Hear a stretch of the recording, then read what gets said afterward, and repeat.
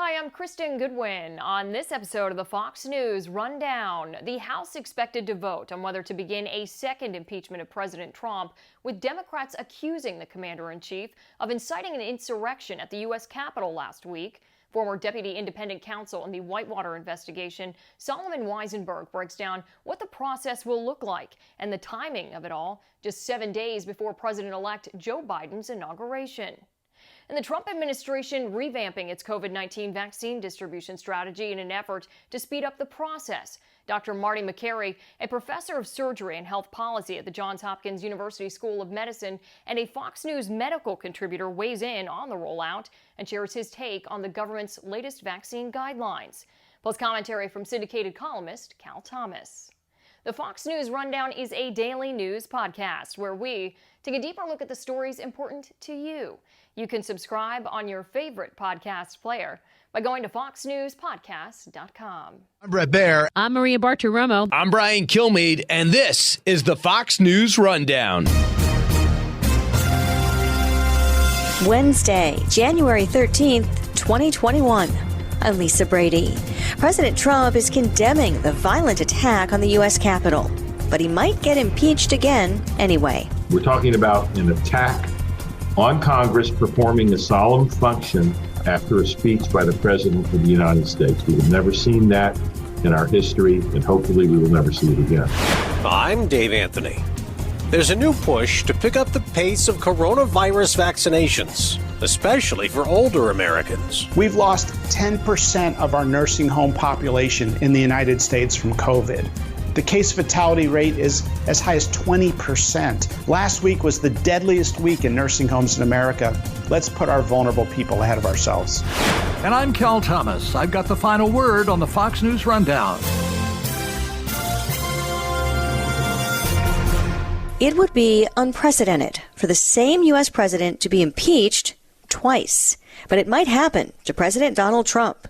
A year ago, he was impeached by the House, then acquitted in the Senate after a phone call pressing Ukraine's leader to investigate the Bidens. Now, he's facing an article of impeachment over last week's deadly assault on the Capitol, accused of inciting insurrection. Millions of our citizens watched on Wednesday as a mob stormed the Capitol and trashed the halls of government. During a visit to the southern border wall in Texas on Tuesday, President Trump condemned the violence, but also the impeachment effort. The impeachment hoax is a continuation of the greatest and most vicious witch hunt in the history of our country, and is causing tremendous anger and division and pain. The president also dismissing the House resolution calling on Vice President Mike Pence to invoke the 25th Amendment to remove him from office. Pence dismissing that too, in a letter to House Speaker Nancy Pelosi, writing that he doesn't think it's in the best interest of the country or consistent with the Constitution. President Trump also said Tuesday that free speech is under assault, and he defends his remarks at a rally before rioters stormed the Capitol as totally appropriate. Senate Democratic leader Chuck Schumer calls that despicable. Blaming others for what he caused is a pathological technique used by the worst of dictators. Some Republican lawmakers are now breaking ranks and do plan to vote for impeachment, including the number 3 Republican in the House, Wyoming Congresswoman Liz Cheney, who says the president assembled the mob and lit the flame of the attack, then failed to forcefully intervene to stop it. The push to punish the president moving full steam ahead regardless of whether he accepts any blame. Well, he's almost certainly correct as a matter of federal criminal law and First Amendment law that he did not commit the crime of incitement. Sol Wisenberg was a deputy independent counsel during the investigation of President Bill Clinton and is a Fox News contributor. He did not advocate overthrow of the government, for example. He is certainly wrong that his call was, that his speech was appropriate. And I'm sure nobody responsible would have told him that. Since it's Congress we're talking about, though, moving forward with impeachment, possibly a second time, or urging the vice president to invoke the 25th Amendment. But even in the context of an impeachment trial in Congress, let's say, are they held to the same legal standards as an incitement charge would carry in court. So, I mean, how much evidence does Congress need to try to prove that? Well, first of all, you do not have to have a crime to be found to be impeached. The overwhelming majority of constitutional scholars are in agreement that high crimes and misdemeanors, which is the impeachment standard, was a term of art and was not confined to the criminal law. So I think that pretty much answers the question. They don't have to prove a crime to impeach him. You have a situation here, looking at it from the House majority's point of view, where the President of the United States exhorted a crowd to interfere with a solemn constitutional function of the House and the Senate. And I think that's how they're viewing it, and they don't want to let this stand. Now, you also asked a question about the 25th Amendment. That's completely different. And I think it's wrong for Speaker Pelosi to demand that Vice President Pence invoke the 25th Amendment. That's extortion. And the 25th Amendment doesn't apply here. It applies to a president who's incapacitated. And I don't believe you can make a case that President Trump is incapacitated. So a resolution passed by the House certainly doesn't compel the vice president to take any action. But that's a pretty strong word you're using, talking about Pelosi, extortion. Well, I mean, it's not criminal extortion, but it is, she's basically extorting him to do something that I don't believe he is allowed to do under the Constitution. And if you're really offended by what the president did, and if you really believe it's an impeachable offense, and that it's so important that he has to be impeached before he leaves office, why have you waited this long? I mean, the assault on the Capitol happened last Wednesday. I can see waiting a day to draw up the article of impeachment, but why have we waited this long if you're that outraged by it? Go ahead and do it. Take the vote. It's been a year since the House impeached President Trump the first time. Are the parameters the same in terms of needing a simple majority vote in the House, but then a 2/3 vote in the Senate to convict? Does that all stay the same? Right. The Constitution does not change. Now, there is some authority for the proposition that if he is convicted, which requires a 2/3 vote in the Senate, that the Senate could then vote by majority to prevent him from ever holding office again. Really, that question is not settled for all time, but that's the general consensus. But you absolutely have to have a majority to impeach and a 2/3 majority to convict. We also really don't have a lot of authority for the proposition that you can remove somebody from office after they're impeached once they've left office. So he will be out of office on January the 20th. The Senate is not going to be able to vote on an impeachment article until after he has left office. It's not at all clear that they can do that once he has left office. They've done it before with the Secretary of War under U.S. Grant, but this is the president, and there is language in the Constitution implying that he would still have to be in office for that to work. So nobody knows for sure. What punishment could he face then as a former president other than the move to try to make sure that he couldn't run again?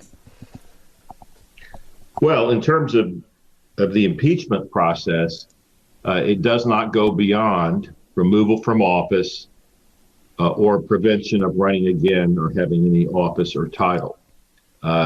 Congress does not have the power to criminalize what he did. That would be the result of a federal criminal investigation. And based on what we know now obviously that investigation is going to be ongoing. Based on what we know now, it's highly unlikely that the president would be guilty of any crime. You know, there's a statute that not enough people have been focusing on, though I noticed that the acting U.S. attorney for D.C. focused on it in his press conference. That's Michael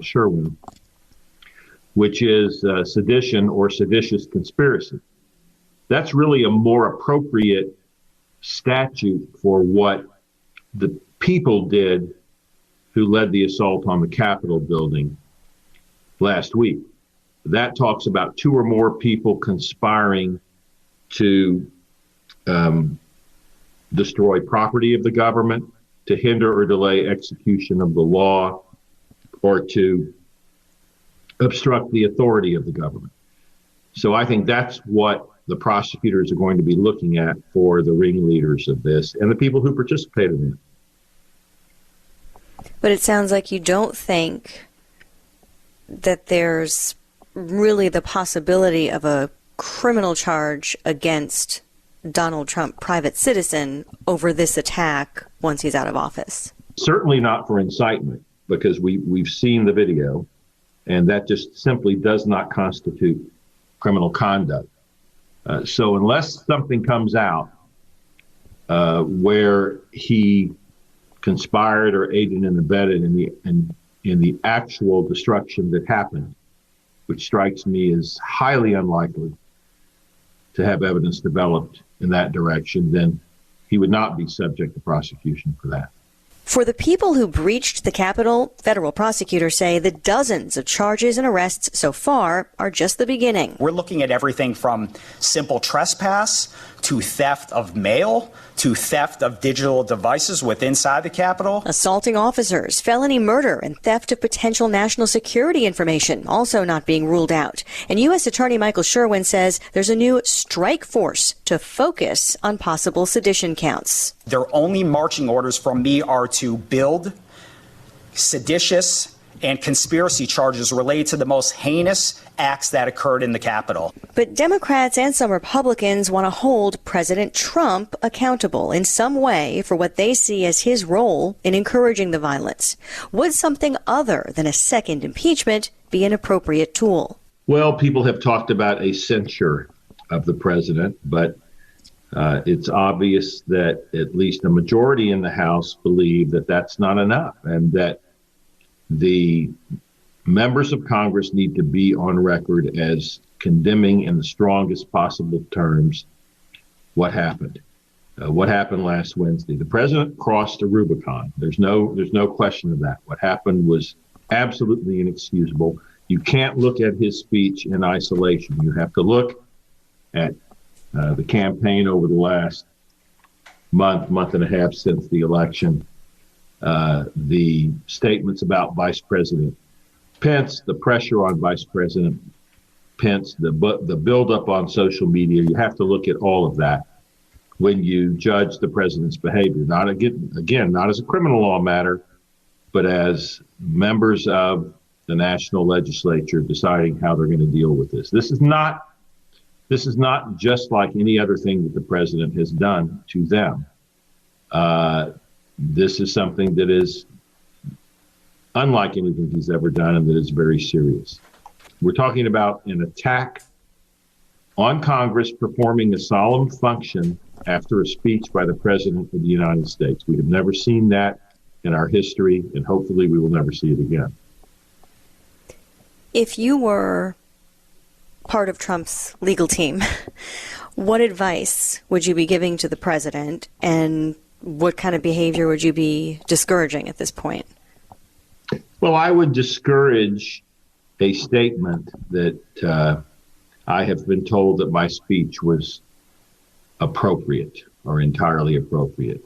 I would not encourage behavior such as that, because it's likely to increase the chances of not only impeachment, but of the Senate voting by 2/3 to go further, or by, like we talked about, by majority vote to keep him from running again. Sol Wisenberg, thank you very, very much for your time. We appreciate it. No problem. Thank you.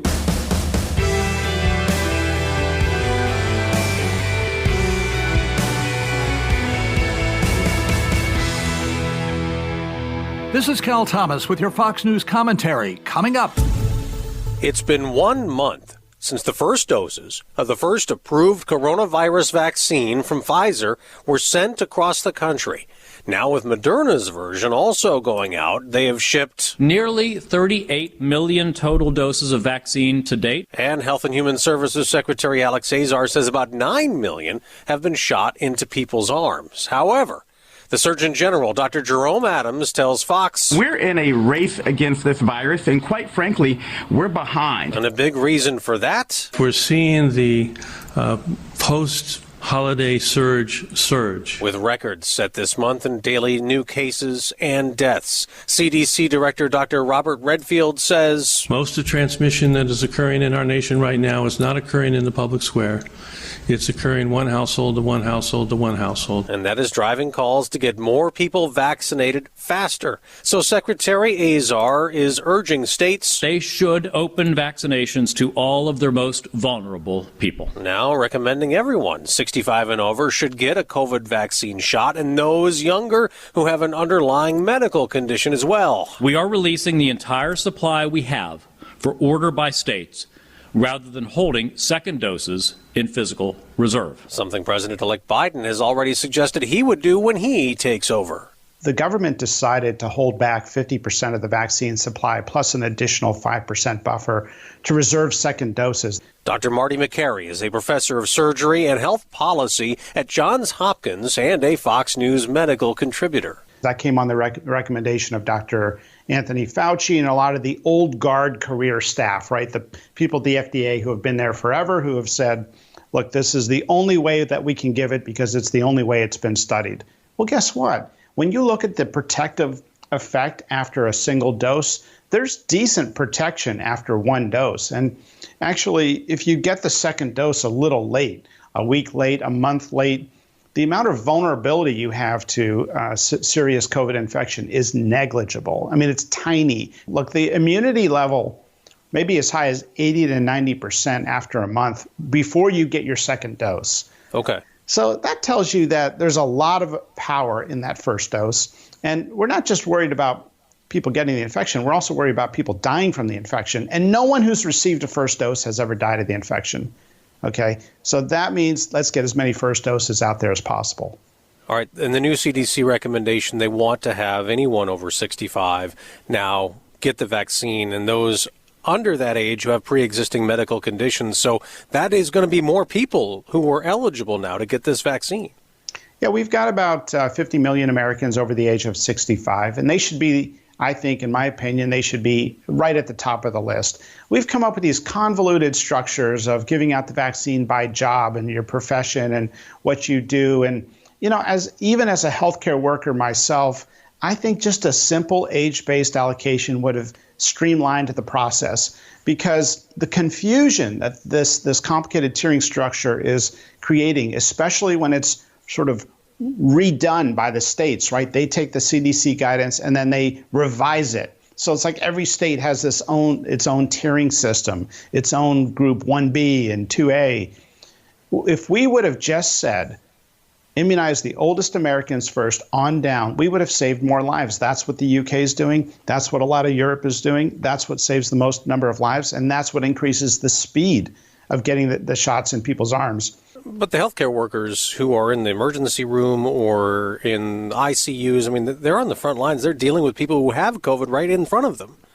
Yeah, so that's a small subset of the 23 million healthcare workers in the United States. Actually, 1 in 5 Americans has a job connected to healthcare in some way. That is not the first tier, first in line group, in my opinion. The 1 in 5 Americans that has a job connected to healthcare. Nursing homes and frontline COVID healthcare workers, not all healthcare workers, not even myself. So you have not yet gotten your first dose? Yeah, I will not be getting the COVID-19 vaccine until every high-risk American has been offered it first. Let's get our nursing homes and high-risk and oldest Americans immunized first. Gosh, we've lost 10% of our nursing home population in the United States from COVID.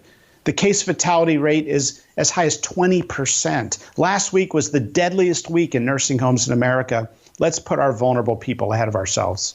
We are seeing mega sites now in different states, big stores being set up as a place, or even a stadium now. I mean, that must encourage you.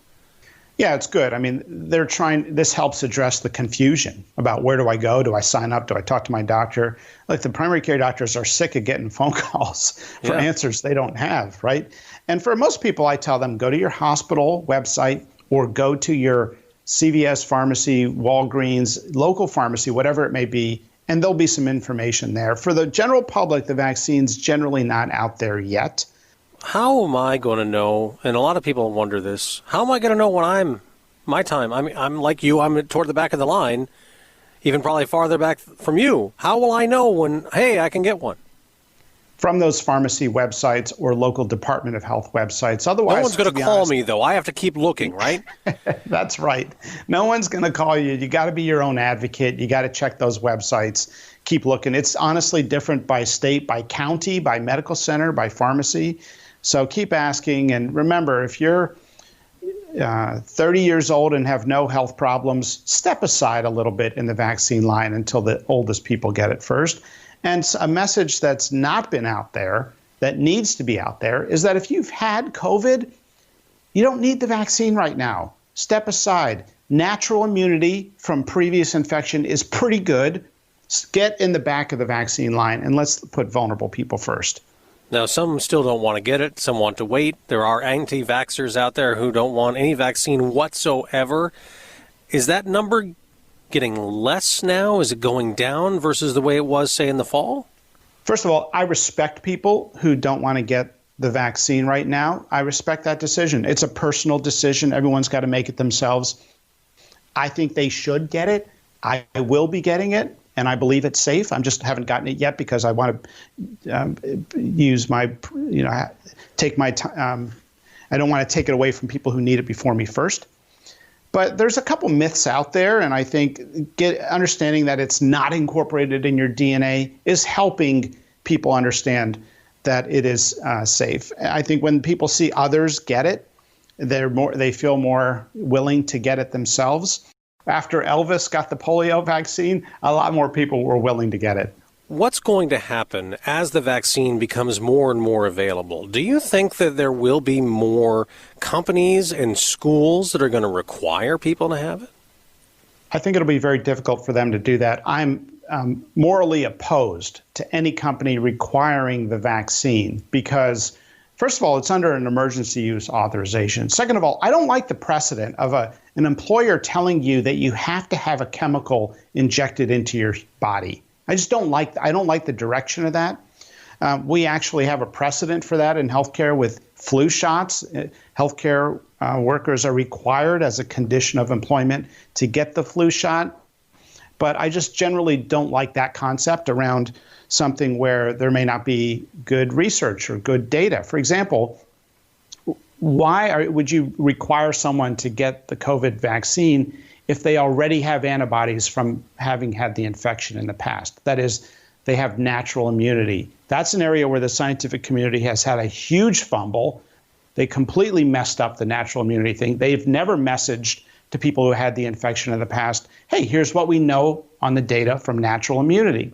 And so a third of the country may have natural immunity right now. If you think about it, 23 million infections means 100 million to 200 million people have had the infection because we're only diagnosing and confirming 1 in 5 to 1 in 10 cases over the course of the pandemic. So I don't like the idea of requiring the vaccine. I don't think it'll happen. I think a lot of us will continue to speak up when we hear whispers of that. Now, there's a report in Los Angeles that once the vaccine is available for children, which is not yet, that they want to make it a requirement. Like, in some school districts, you have to have the vaccine for the measles and mumps for kids, or you can't get into school, public school. First of all, let's be rational to this school district who's thinking about doing it. Let me tell you, and I encourage them to give me a call. Our research shows that no child in the United States that we've found has died of COVID-19 who has been healthy without a comorbidity. Of the roughly 200 people under age 20 who have died of COVID-19, in a study of half of the nation's medical data, we have found that all had a comorbidity. So let's recognize that maybe a child with a severe comorbidity, be it cerebral palsy or significant diabetes and obesity, maybe they are the ones at risk, and maybe they should be strongly encouraged to get it, or at least be given the information. The idea that somehow you have to immunize all children to prevent, people from dying, kids from dying, I think is not supported by the data. There are people who are saying, look, we've had all these lockdowns and restrictions, especially since Thanksgiving, like in California. But in California, it's as bad as it's ever been. It's not working. Do you agree with that? Well, it's not working anywhere is the reality. I know, look, I've been very critical of what California has done in closing beaches, closing outdoor restaurants. Some of that stuff to me were very bad policy decisions. And, I'd like to pile on to California, but the reality is that Florida is not doing much better when you talk about the overall mortality per capita rate. A lot of the country has struggled. And so I think what you're more likely to conclude from looking at the experience of California is that some of these extreme measures has not reduced the burden of infection more so than states that have had less extreme measures like Florida and has more of an outdoor society. Now, to me, that doesn't mean Florida is right. It just means that California has not increased the amount of protection through overly excessive policies. Nowhere in the country has done exceptionally well. Are we out of this in the summer or in the fall or at all this year? I think people are getting stir crazy and we want to know. We want it to be over. I want it to be over too. I think that by April and May, we're going to see herd immunity levels that the general scientific community is not anticipating. In other words, I'm predicting we're going to see herd immunity quicker than you're going to hear other experts state. And the reason is they're undercounting the number of people with natural immunity. That can happen, and I think it will happen in March and April. And then the fall will probably feel like a really bad flu season, but people will be on their guard, and you're going to see a lot of precautions. You're going to see a lot of people use masks selectively. Maybe some places may even still require it. It'll probably look like a bad flu season in the fall. Dr. Marty Makary, professor at Johns Hopkins, Fox News medical contributor. Thanks so much for joining us. Great to be with you.